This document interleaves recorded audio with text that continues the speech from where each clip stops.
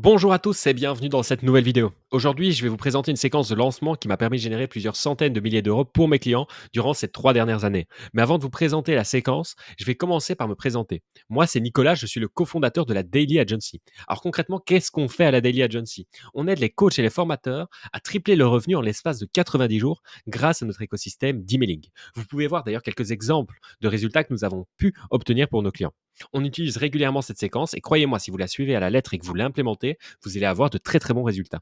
Mais d'ailleurs, dans cette vidéo, je vais vraiment tout vous expliquer de A à Z, structure après structure, donc restez bien jusqu'à la fin de cette vidéo. Si aujourd'hui vous vous posez des questions sur votre positionnement, sur votre stratégie d'emailing ou sur comment monétiser convenablement votre audience, vous pouvez prendre rendez-vous directement avec moi en cliquant sur le lien en description. C'est un appel de consulting qui est 100% offert, 100% gratuit, dans lequel je vous apporte un maximum de valeur. Ce n'est pas un appel de vente, donc il ne faut vraiment pas hésiter si vous voulez en profiter. Si vous êtes prêts, on va pouvoir commencer maintenant à vous décrire la séquence de lancement. Bon alors, attendez, je positionne correctement l'écran afin que vous puissiez voir les 2 premières étapes. Alors concernant la première étape, on va commencer par chauffer l'audience avec 2 ou 3 mails, tout en faisant du teasing du contenu payant qui arrive bientôt. Alors attention, même si vous envoyez des emails, il faudra quand même passer par cette étape parce que l'idée, c'est d'apporter de la valeur autour du contenu payant qui arrive bientôt.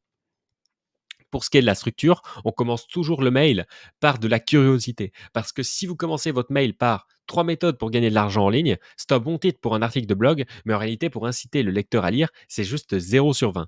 Ici, en fait, pour justement avoir de la curiosité, moi, ce que je vous conseille de faire pour l'objet, c'est d'avoir un minimum de mots. Souvent, moins il y a de mots, moins vous en dites. Et si vous n'en dites pas beaucoup, bah, on a envie de cliquer pour voir justement ce qui se trouve à l'intérieur du mail. Ensuite, vous allez apporter un maximum de valeur et à la fin du mail, forcément, vous allez commencer à teaser votre produit payant qui arrive bientôt. Écrire 2 ou 3 mails à ce sujet, c'est vraiment le minimum. Si vous faites ça bien, plus vous teasez, plus vous allez vendre. J'ai déjà eu l'occasion de faire du teasing pendant une semaine et honnêtement, les résultats, ils ont été exceptionnels. Donc, n'hésitez pas à teaser pendant une, voire même 2 semaines. Il faut vraiment pas hésiter. D'ailleurs, c'est vrai que j'en profite pour le dire dès maintenant. Tous les mails doivent être envoyés chaque jour. Donc, concrètement, étape 1, enfin, mail 1, jour 1, mail 2, jour 2, etc., etc.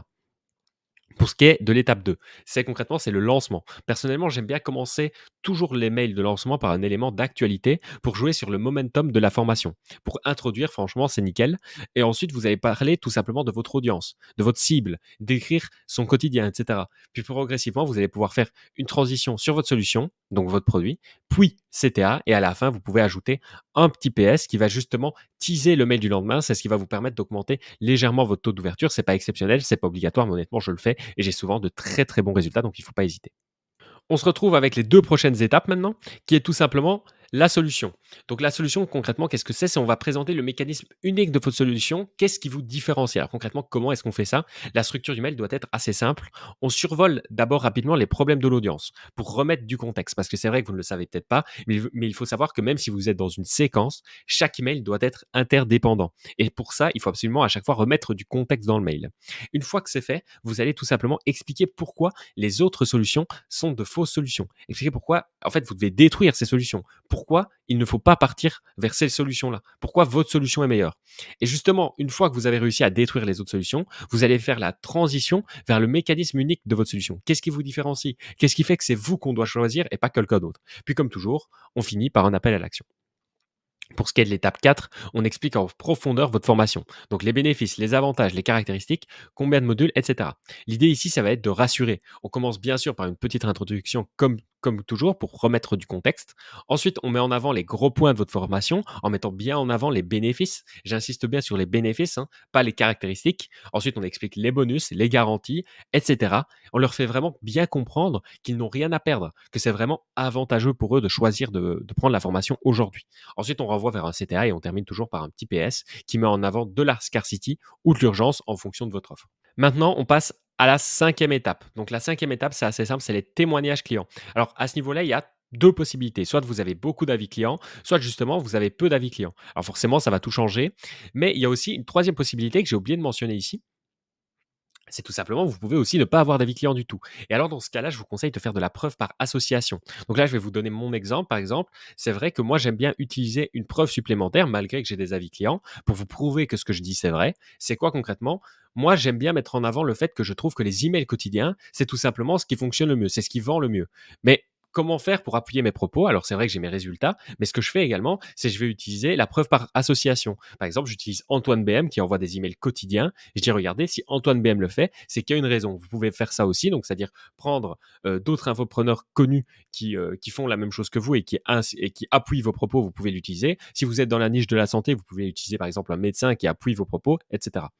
Bref, revenons à nos moutons. Si vous avez justement beaucoup d'avis, la structure en réalité, elle est assez simple. L'idée ici, c'est vous bombarder les avis clients. Vous faites avis client, avis client, avis client, avis client, et puis vous faites une redirection vers le CTA. Avec bien sûr, toujours, vous commencez toujours par une remise en contexte et une introduction. Par contre, si justement vous avez peu d'avis, là, vous allez devoir mettre en avant une étude de cas. Et voici la structure. Donc concrètement, on commence par la situation initiale du client, puis après on explique son problème, ses objectifs, ce qu'il a déjà essayé, pourquoi ça n'a pas fonctionné, comment votre solution arrive dans sa vie, les résultats qu'il a obtenus avec des preuves idéalement, puis finalement un CTA. Maintenant, on passe tout de suite à la sixième étape qui est tout simplement la FAQ. Alors la FAQ, de nouveau, c'est une structure assez simple, hein. Je pense que j'ai pas besoin de vous expliquer comment réaliser une FAQ, mais concrètement, on recommence par une petite remise en contexte et puis après on fait question-réponse, question-réponse, question-réponse jusqu'à arriver au CTA. Et bien sûr, on va commencer à mettre de l'urgence. Par contre, je vais bien insister sur un point ici, il faut absolument que les questions soient bien choisies. L'idée, c'est de répondre à des objections. Par exemple, est-ce que c'est possible de payer en plusieurs fois? Est-ce qu'il y a une garantie? Etc., etc. L'objectif, c'est vraiment de répondre aux objections. Donc, faites bien attention à ça. On passe à l'avant-dernière étape. L'urgence à envoyer le matin du dernier jour de l'offre. On commence par résumer l'offre en cours. Ensuite, on présente à qui l'offre n'est pas destinée et à qui l'offre est destinée, justement. On insiste sur l'urgence et on termine par un CTA. Dans ce mail-ci, personnellement, j'aime bien mettre un timer. Si vous voulez mettre des timers, justement, je vous recommande le site Centric, qui est très très bien et qui est gratuit, donc n'hésitez pas. Et finalement, le dernier mail qu'on doit envoyer quelques heures avant la fin de l'offre, personnellement, j'aime bien l'envoyer 4 ou 5 heures avant l'offre. C'est un mail très court de 4-5 lignes qui rappelle tout simplement l'urgence et se termine par un CTA. Donc l'idée ici, c'est vraiment un mail pour les retardataires.